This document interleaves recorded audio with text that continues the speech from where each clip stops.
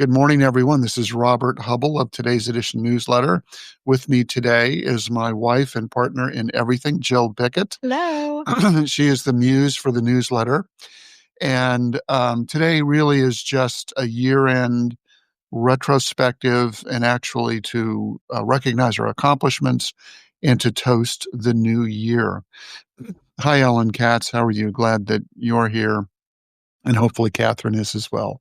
So it's so good to see so many old friends and regulars on this Saturday morning live stream. And I want to talk a little bit about how it started because it's a big part of the story of how far we've come.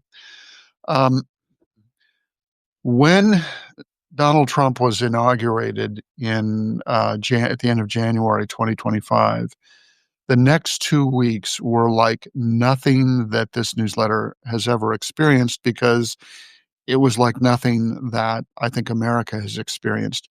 People panicked. In the course of 2 weeks, the newsletter gained 30,000 new subscribers in 2 weeks. And I know from talking to Jessica Craven and Simon Rosenberg and others that they experienced the same sort of onrush of people who were looking for sources for their activism, for reassurance that we were going to make it through this, for planning and strategy, because frankly, Democrats in Congress and in other leadership positions were completely flat-footed. And so it was as if we were out there on our own with this tidal wave of Project 2025 initiatives hitting us, and it was bad. Those 2 or 3 months, those first 2 or 3 months were really, really tough.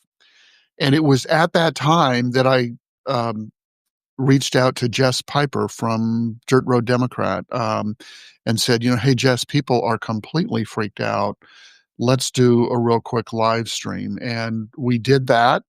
And then the next week, I did another one, and it just became a regular feature of the newsletter. And there's a core of about 1,200 of you who join every Saturday. So God bless you. Thank you for joining us.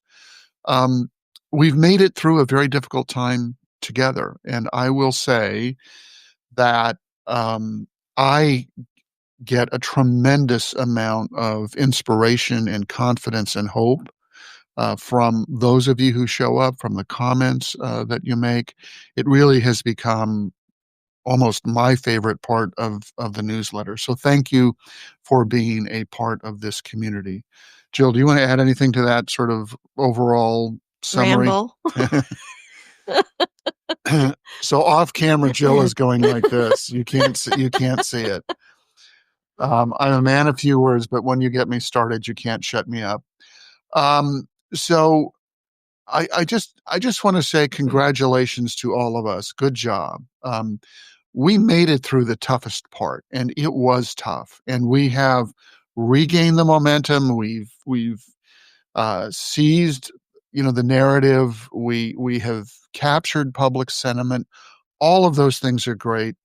Trump is faltering. And as I say, it may get worse from here on out before it gets better, but boy, it's going to get better because every time we have an opportunity to make our voices heard, like on the No King's Day protests on November 4th, on December 9th, boy, are people energized and dedicated. And we do have reason to be hopeful.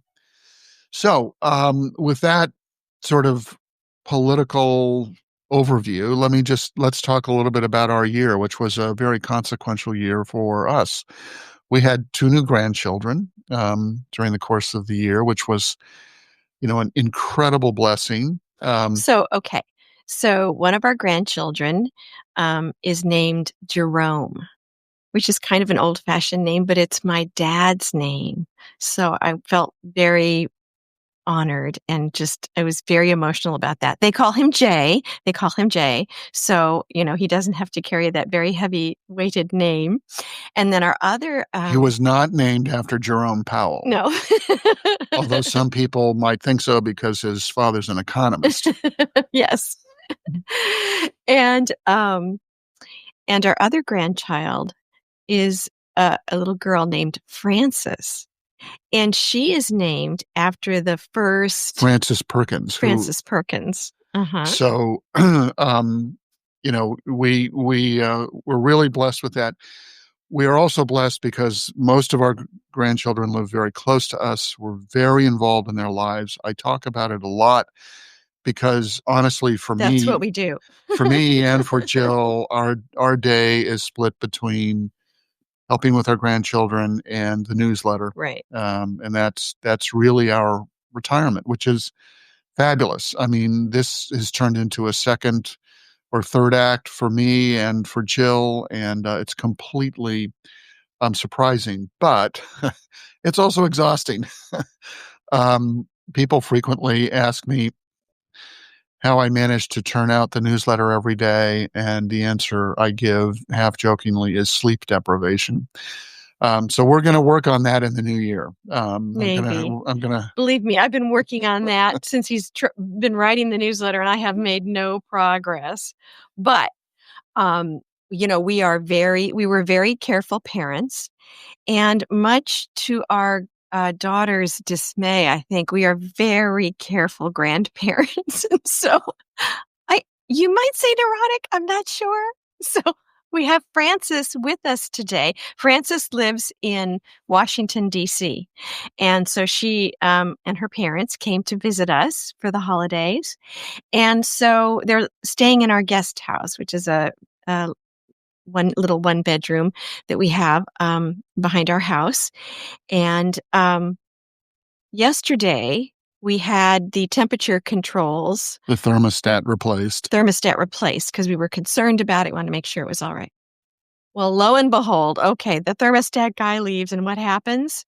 It's not working. It's not connected to the internet. I don't know what the temperature is over in the guest house or whether it's working. So I woke up in the middle of the night and I literally had a panic attack because I thought that our granddaughter was over in our guest house freezing. I said, she'll wake up if she's cold. She's going to tell her parents. So I snuck into the guest house with an air temperature, a meat thermometer to test the air.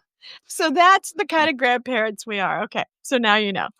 So, the other thing that is really great about the newsletter community is that we get to interact with all of you. And this year we visited with readers in London and Edinburgh. It was just so fun. I mean, we actually protested. We protested in front of the Russian embassy, or whatever the appropriate name is. Was it, or was it the American? Oh, I'm sorry, embassy? the American. Yeah, it was same thing.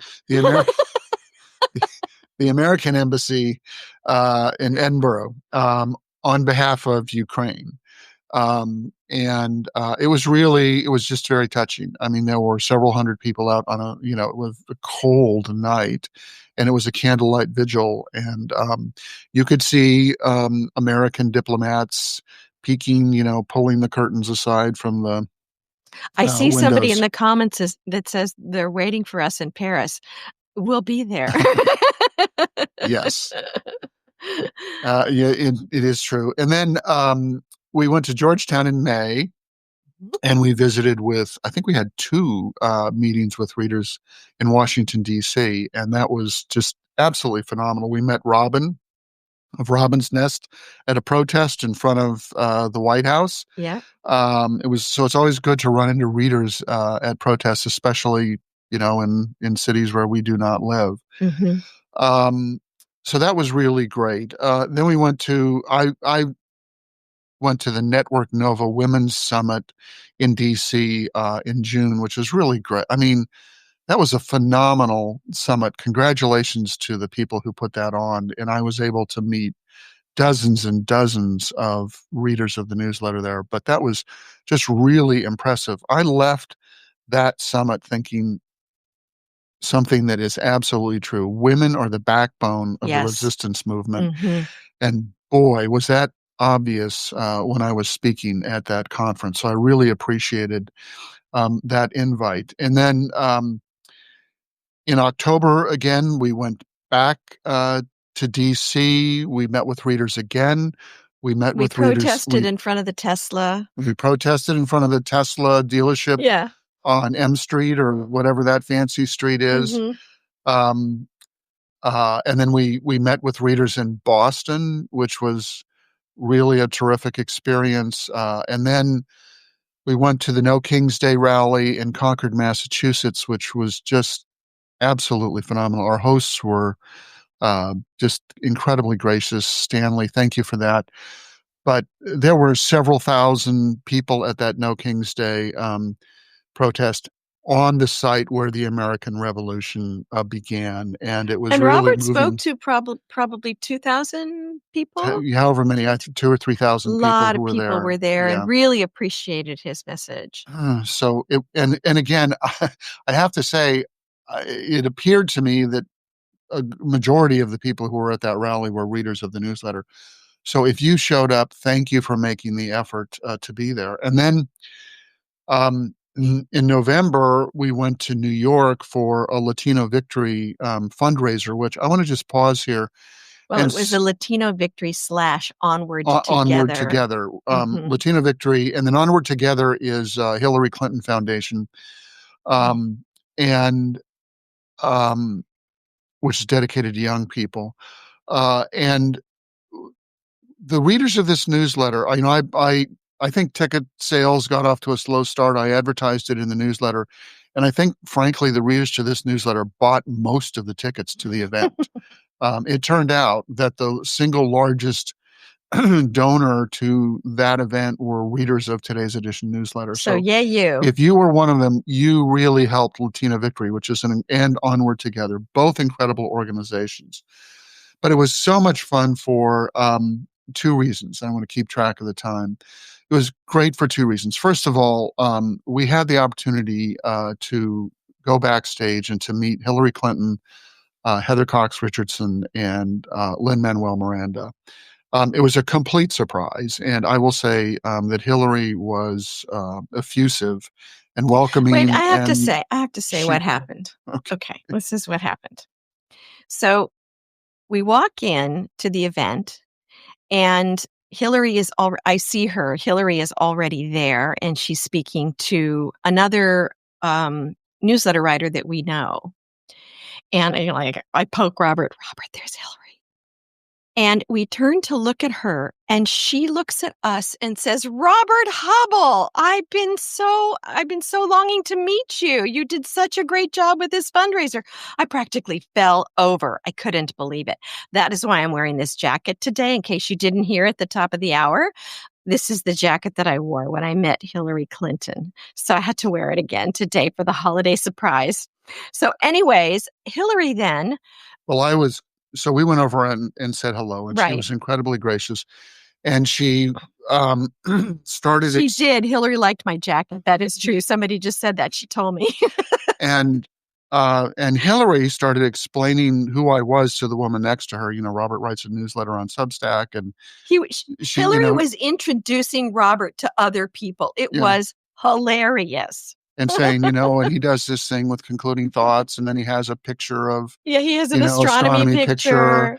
And she's animatedly explaining this to the person next to her. And I look, and it's Heather Cox Richardson, who I had not met before. And Heather very graciously said, "Yes, I know Robert writes on Substack." And then we had the opportunity we go in a line, because there's a picture line, because Hillary and Lin-Manuel Miranda are in a picture line and or a photo line. And we got sort of we're the last ones in the line, and we get up to the line, and Hillary says, "Oh, Robert, I want you to meet Lin-Manuel Miranda." And so she introduces him to Lin-Manuel Miranda, just singing his praises. He writes this newsletter. He did such a good job with this event, blah, blah, blah.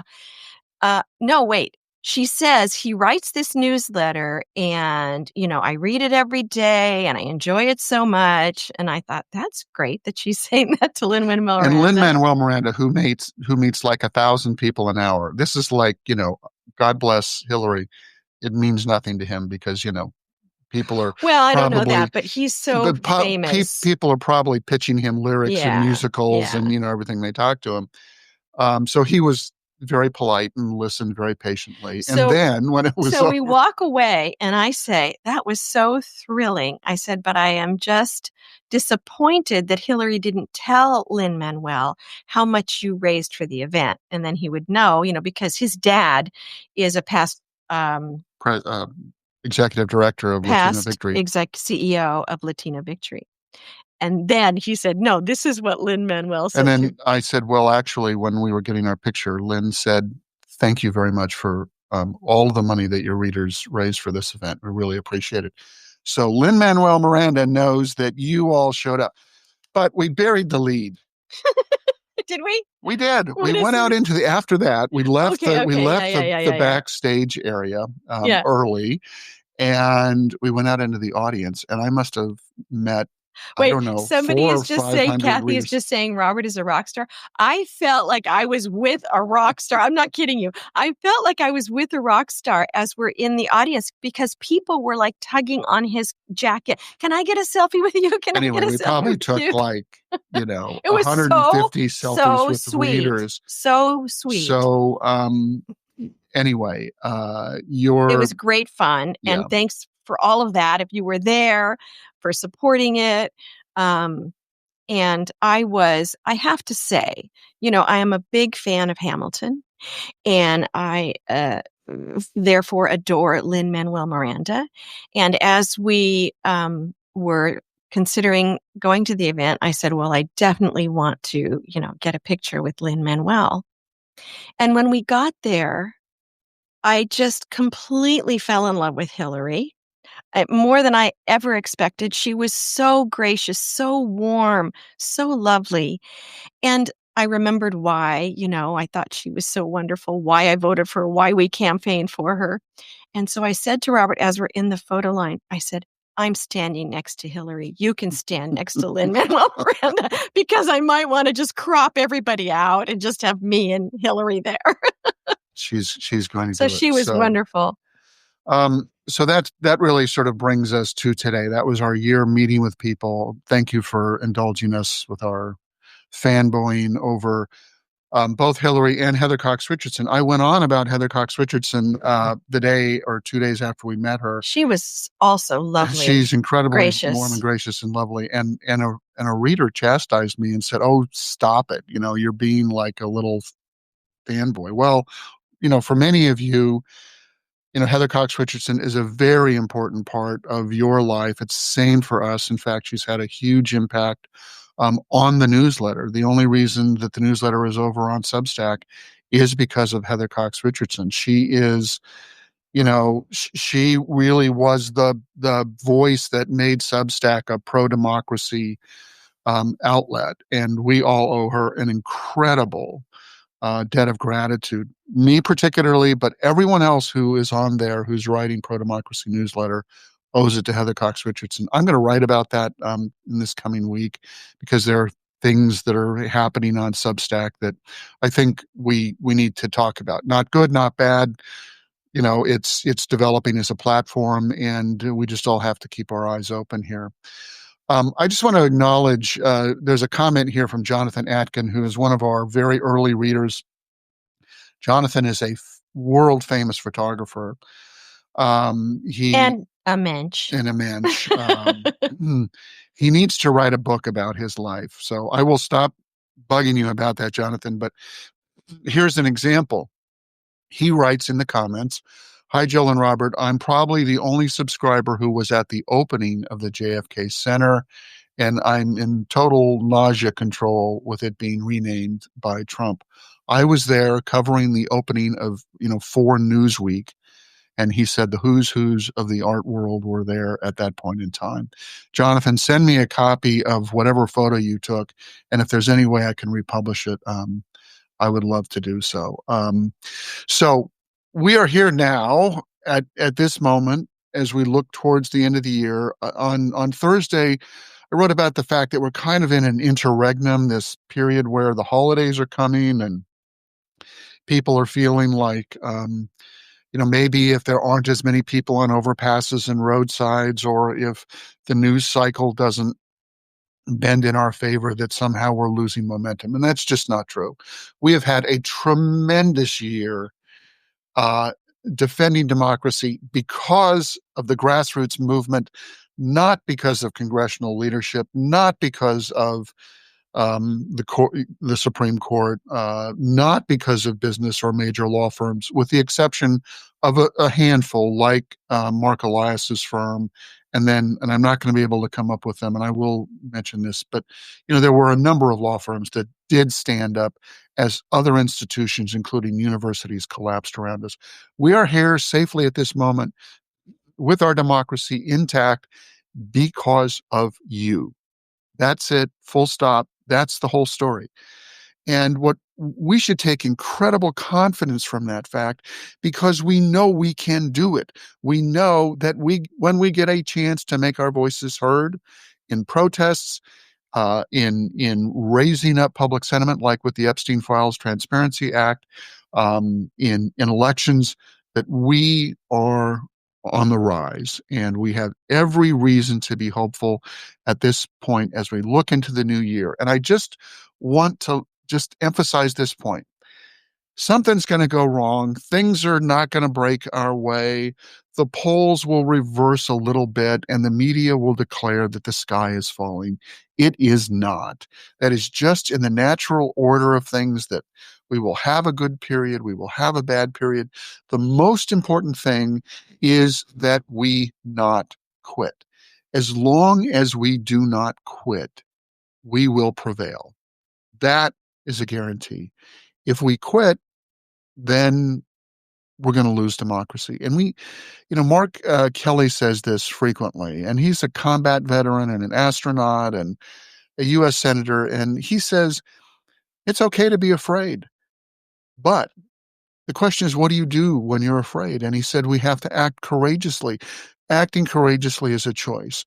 Defending democracy when we're afraid and despondent and anxious, and when it's cold and we don't feel like being out there, that is a choice. And as long as we continue to make that choice, we're going to be okay. So, Jill, why don't you add whatever you want, and then grab a cup of coffee or your donut, and let's just raise a glass to 2026. The best is yet to come. And I want to say to all my sisters in the resistance that the women-powered resistance has been mighty and has made a significant difference. So thank you for that. Yes, to all of the women, the mothers, the wives, the sisters, the grandmothers, The daughters, the nieces and the daughters. God Yep. bless you all for Yep. carrying democracy on your backs. Yep. Thank you. Happy New Year, Happy everyone. New Year. So we will wrap it up here. Thank you, as always, for being readers of the newsletter, and I will talk to you tomorrow. Take care.